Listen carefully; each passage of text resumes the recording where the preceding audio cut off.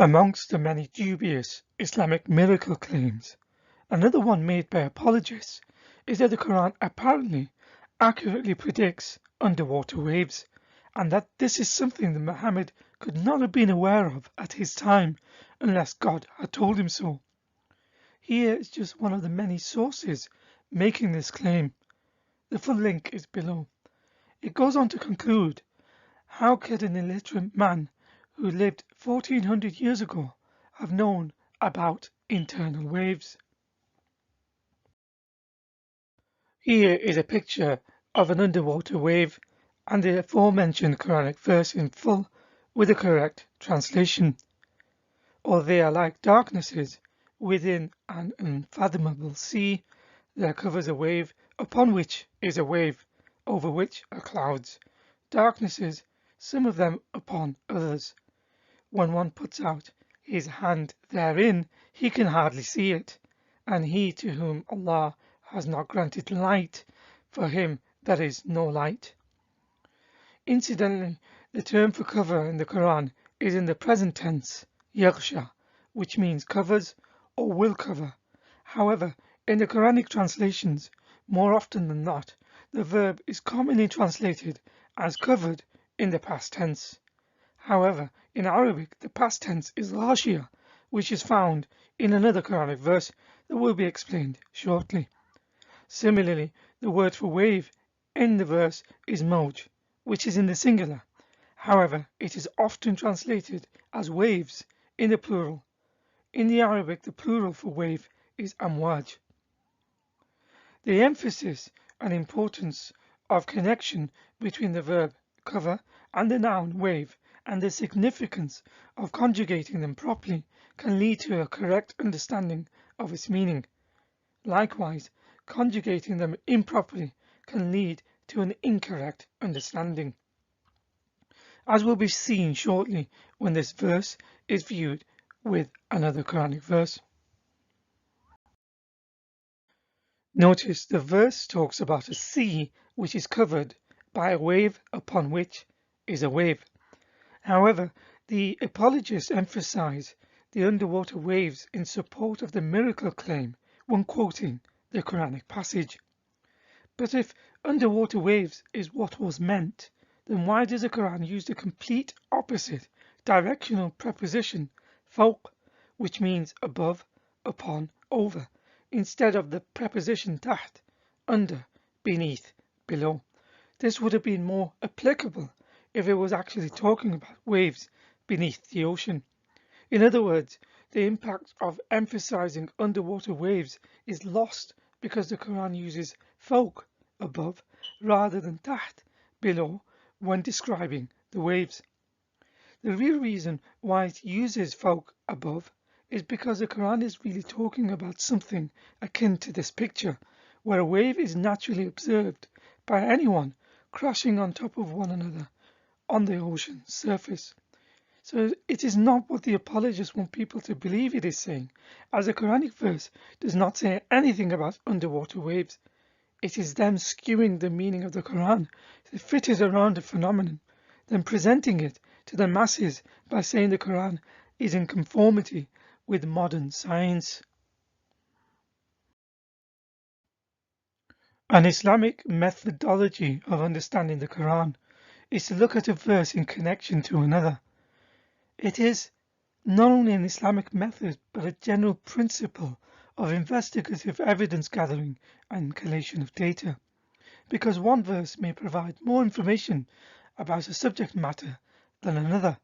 So in relation to Quran verse 2440, further evidence of what it actually means can be taken from another verse in the Quran where the same term mawj, wave, has been found in connection to the same verb to cover, this time in the past tense, ghashiyah.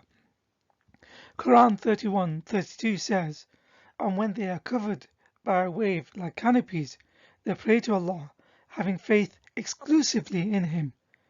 Then once He brings them safe to the land, some of them remain balanced, and no one denies our signs except every ungrateful traitor. Meaning, in this verse, it indicates that it is referring to a wave being like canopies, which is used as a metaphor for darkness of the heart. So there is no indication of a physical layering or stratification of the waves under the ocean.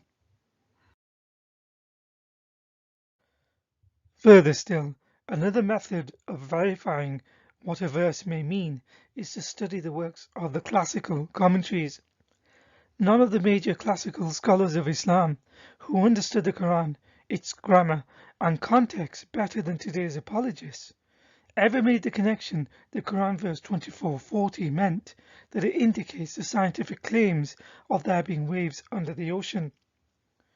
Prominent figures such as Ibn Abbas, At-Tabari, Ibn Kathir, Qurtubi, Jalalain and others linked the phrase wave upon a wave as a metaphor for disbelief and darkness of the disbeliever's heart. It has nothing to do with a scientific miracle found in the Quran. For example, this is what Ibn Abbas says it means. The similitude of denial in the heart of the disbeliever is like darkness in the depth of a very deep sea. There covereth him a wave, above which is a wave, another wave. Likewise, the heart of the disbeliever, like the denial in his heart, is similar to the darkness of the bottom of the sea, and his heart is like a deep sea, and his chest is like a huge wave, and his works are like a useless cloud, because Allah sealed the disbeliever's hearts and hearings and sights, layer upon a layer of darkness. When he holdeth out his hand, he scarce can see it, from intense darkness.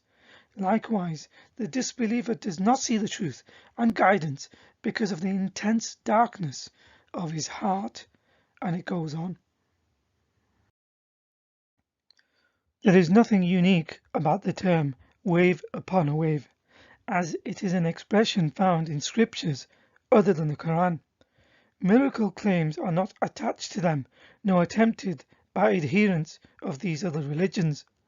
For example, in Jude 1:13, waves are mentioned as a reference for darkness.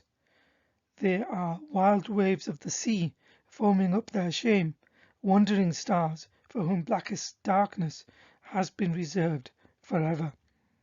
The actual phrase wave upon wave is found in the book of Psalms, where it is used to mean afflictions comparable to the deep waters of the sea, for their multitude and overwhelming nature, as explained by John Gill's exposition Bible commentary for Psalm 42:7. You have sent wave upon wave of trouble over me. So in conclusion, another one of the many dubious miracle scientific claims of the Quran made by the apologists is that the Quran apparently accurately predicts underwater oceans. The term wave upon wave does not indicate an underwater stratification of waves as miracle seekers are attempting to find. The language and the terms the Quran uses, and when viewed in connection to other Quranic verses, nor the commentaries by its classical scholars ever attempted to link Quran 2440 to mean underwater ocean waves. The expression wave upon wave is found in other scriptures to mean affliction and darkness. No miracle claim is attached to it by the adherents of other religions, unlike Muslim apologists. This is another example of apologists trying to reconcile the Quran with any science they have to hand, this time skewing the Quran to fit it around the science. Again, this is not the scientific method. It is deceitful, manipulative, and dishonest.